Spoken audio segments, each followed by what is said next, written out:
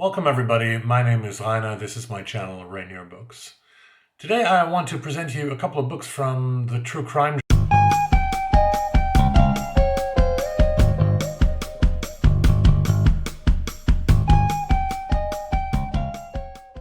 True crime has become a genre that has become more and more popular over recent years. I mean, everybody has seen TV shows like Unsolved Mysteries with Elliot Steck. It has also become actually a new series on Netflix, which you might have seen. There are 2 new seasons of Unsolved Mysteries without Elliot Steck. And I saw some of the old shows on YouTube because all the Unsolved Mysteries are on YouTube now.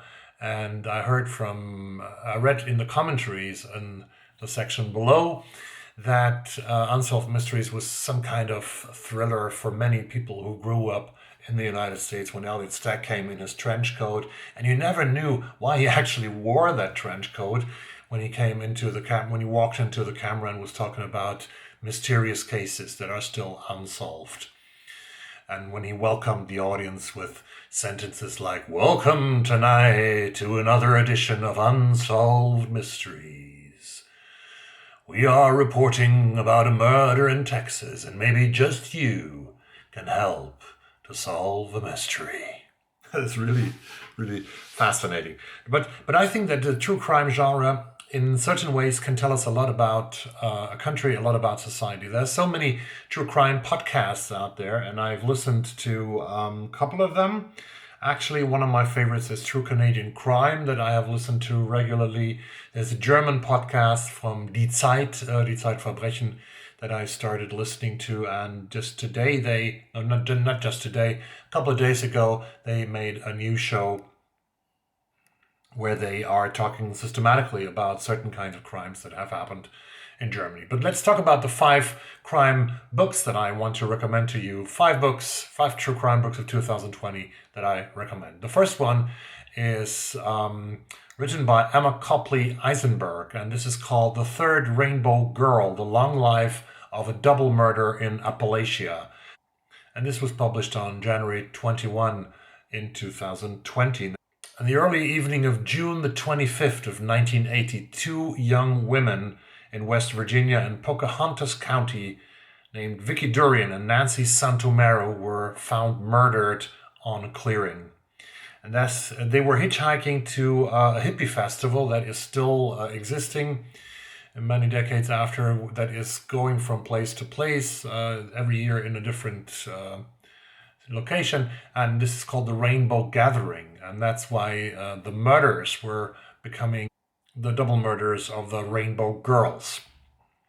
They were hitchhiking to a festival known as the Rainbow Gathering but never arrived. For 13 years, no one was persecuted for the so-called Rainbow Murders.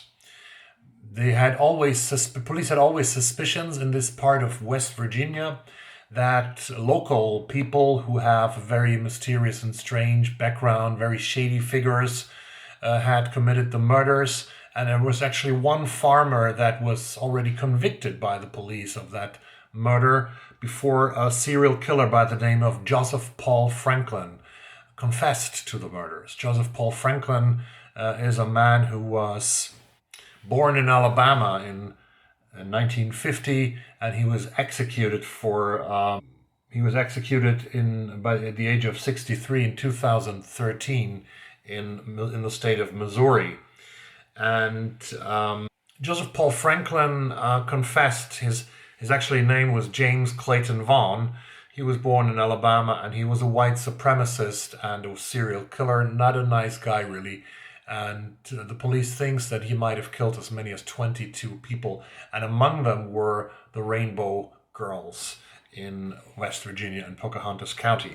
But it's not really proven that Franklin killed the 2 girls in West Virginia.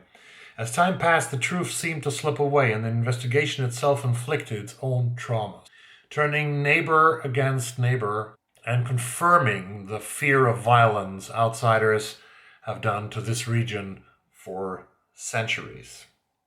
In The Third Rainbow Girl, Emma Copley Eisenberg, who's herself from that region of Pocahontas County in West Virginia, uses the Rainbow Murders case as a starting point for a thought-provoking tale of an Appalachian community bound by the false stories that have been told about it. Weaving in experiences from her own years spent living in Pocahontas County, she follows the threads of this crime through the complex history of Appalachia, revealing how this mysterious murder has loomed over all those affected for generations, shaping their fears, fates, and desires. Beautifully written and beautifully honest, The Third Rainbow Girl presents a searing and wide-ranging portrait of America, divided by gender and class, and haunted by its own violence. The Third Rainbow Girl by Emma Copley Eisenberg, the story of the long life of a double murder in Appalachia. It's very interesting. Most of these books are written by women, and the true crime genre, primarily a genre that has female readers. So no wonder maybe that also female authors write about true crime a lot more than men. The second title from 2020, there are lots of titles published in 2020, and I give you only really the 5 titles that I think are really interesting, both cases, that they also tell more than just the story of a murder, but also the story of how this murder is connected to the society that they happen in. Second book, I have already talked about this book in one of my videos, which you might have seen. This is by Becky Cooper. We Keep the Dead Close, A Murder at Harvard and a Half Century of Silence. That was published in November this year, on November 10, just a few weeks ago.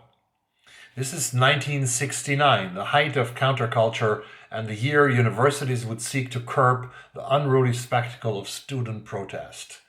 The winter that Harvard University would begin the tumultuous process of merging with Radcliffe, the all-female sister school. Until 1969, the only male students were allowed at Harvard.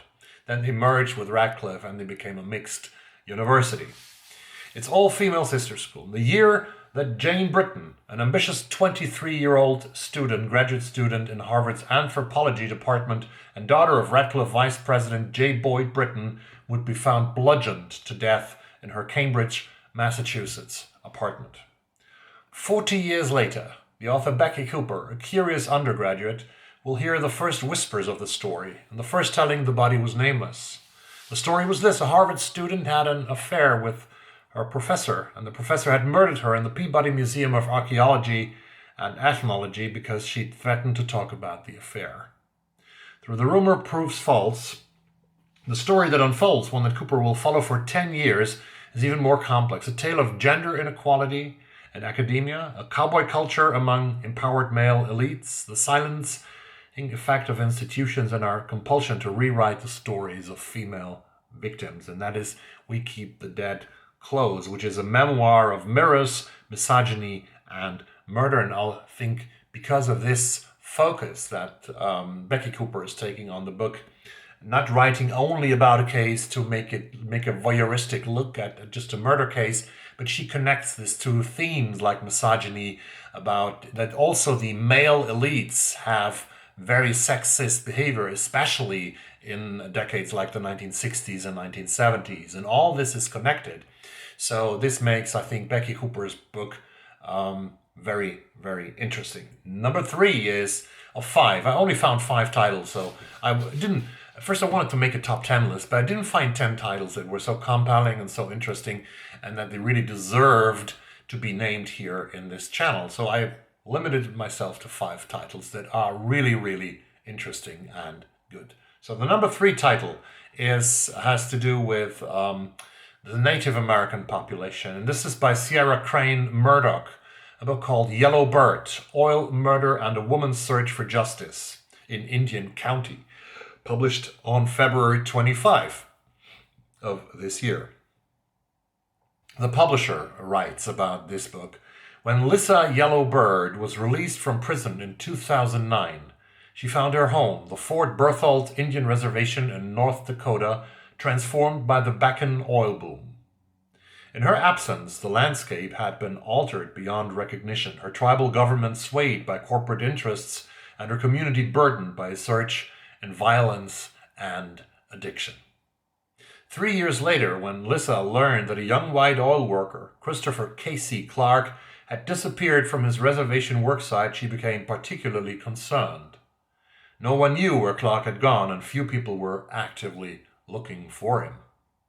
Yellow Bird traces Lissa's steps as she obsessively hunts for clues to Clark's disappearance. She navigates two worlds, that of her own tribe, changed by its newfound wealth, and that of the non-native oilmen down on their luck who have come to find work on the heels of the economic recession. Her pursuit of Clark is also a pursuit of redemption, as Lissa atones for her own crimes and reckons with generations of trauma. Yellow Bird is an exquisitely written, masterfully reported story about a search for justice and a remarkable portrait of a complex woman who is smart, funny, eloquent, compassionate, and when it serves her cause, manipulative. Drawing on 8 years of immersive investigation, Sierra Crane Murdoch has produced a profound examination of the legacy of systematic violence inflicted on a tribal nation, and a tale of extraordinary healing. So this is another very interesting story, and not just a crime as you understand, but the story of this Indian country in North Dakota where oil plays a big role. Actually, in the 2020 presidential election, I heard this on a podcast yesterday or today, that the Native Americans in North Dakota, they voted for 97% for Joe Biden and Kamala Harris to be president and vice president. 97% of Native Americans voted for them. That's just a footnote to the book number 3, North Dakota. And number 4 is a book by Jax Miller. It's called Hell in the Heartland, Murder, Meth, and the Case of Two Missing Girls, published on July 28 of 2020. And with this story, we go to the state of Oklahoma. On December 30, 1999, in rural Oklahoma, 16-year-old Ashley Freeman and her best friend, Laura Bible, were having a sleepover. The next morning, the Freeman family trailer was in flames and both girls were missing. While rumors of drug deaths, revenge, and police corruption abounded in the years that followed, the case remained unsolved and the girls were never found. In 2015, crime writer Jax Miller, who had been haunted by the case, decided to travel to Oklahoma to find out what really happened on that winter night in 1999 and why the story was still simmering more than 15 years later. What she found was more than she could have ever bargained for. Evidence of jaw-dropping levels of police negligence, entire communities ravaged by methamphetamine addiction, and a series of interconnected murders with an ominously familiar pattern. These forgotten towns were wild, lawless, and home to some very dark secrets. This is Hell in the Heartland, Murder, Meth, and the Case of Two Missing Girls that have not been found until 2020. And again, we have a story that goes much more deeper. That is not just a story of a murder, but also the story of why this happened and where it happened in a society, in a community in Oklahoma that is very hard hit by poverty, by drug abuse, and by also police work that is anything else but really understandable and great. So this is the 4th book, I think, that is really interesting of the true crime section for 2020. Let me come to the final of those 5 books. And this is Jessica Garrison, The Devil's Harvest, a ruthless killer, a terrorized community, and the search for justice in California's Central Valley. Published in August, on August the 4th. On the surface, 58-year-old Jose Martinez didn't seem evil or even that remarkable. Just a regular neighbor, good with cars and devoted to his family. But in between taking his children to Disneyland and visiting his mom, Martinez was also one of the most skilled professional killers police had ever seen. He tracked one victim to one of the wealthiest corners of America, a horse ranch in Santa Barbara, and shot him dead in the morning sunlight, setting off a decades-long manhunt. He shot another man, a farm worker, right in front of his young wife as they drove to work in the fields. The widow would wait decades for justice. Those were murders for hire. Others he killed for vengeance. How did Martinez manage to evade law enforcement for so long with little more than a slap on the wrist? Because he understood the dark truth about the criminal justice system. If you kill the right people, people who are poor, who aren't white, and who don't have anyone to speak up to them, you can get away with it. Melding the pacing and suspense of a true crime thriller with the rigor of top-notch investigative journalism. The Devil's Harvest follows award-winning reporter Jessica Garrison's relentless search for the truth as she traces the life of this assassin, the cops who were always a few steps behind him, and the families of his many victims. Drawing upon decades of case files, interrogation transcripts, on-the-ground reporting, and Martinez's chilling handwritten journals, The Devil's Harvest uses a gripping and often shocking narrative to dig into one of the most important moral questions haunting our politically divided country. Why do some deaths and some lives matter more than others?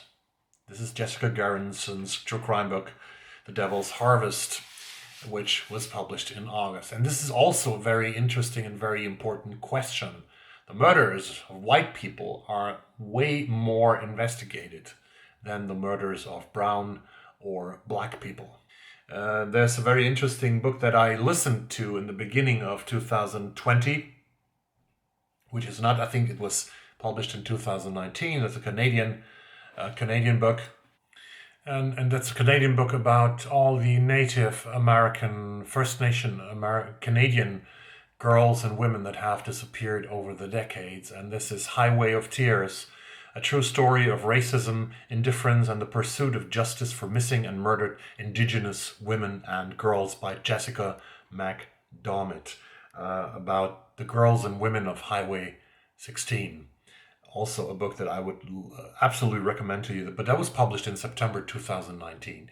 So all the books I think that I presented here, all those 5+1 book from last year, are really books that are not just voyeuristic true crime books where you are happily following the traces of people who have suffered and murderers who are interesting characters. But I think all those 5 books, and that's where the true crime genre really makes sense, because it tells us, it can, when it is at its best, it can tell us a lot about the society where those crimes have happened. And please, if you have any tips for any advice for good crime, true crime books of 2020, drop a comment down below.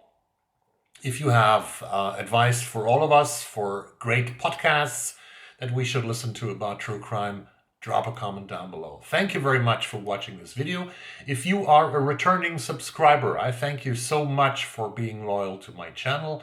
If you are new to the channel and think, my God, this was very interesting, I would like to hear more of Rainer from Rainier Books, please subscribe to the channel, help my channel grow, and next time I make a new video, you get a free notification about it.